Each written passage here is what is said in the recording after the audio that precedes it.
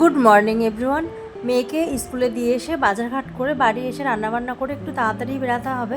আজকে মেয়ের স্কুলে যেতে হবে, কারণ ওখানে হচ্ছে ওদের আজকে মাধ্যমিকের রেজিস্ট্রেশন হবে, তাই জন্য ফাইনাল রেজিস্ট্রেশন হবে, তাই জন্য যেতে হবে। তো দেখো, লাল শাক নিয়ে এসেছি, মেয়ের খুব প্রিয়। বাদাম ছিল না বলে বাদাম আর দিতে পারিনি। তো রাস্তাঘাটে বেরালে না কত কিছু দেখা যায়, মানে দেখতে দেখতে না নতুন নতুন অনেক অভিজ্ঞতাও সঞ্চয় করা যায়। সেটা ভালোও হয়, আবার খারাপও হয়। আবার সন্ধ্যাবেলা কিন্তু মেয়ের পড়াও রয়েছে পাশে। তো দেখো, এই কটা কেচে তারপরে মেলে দিয়েছিলাম।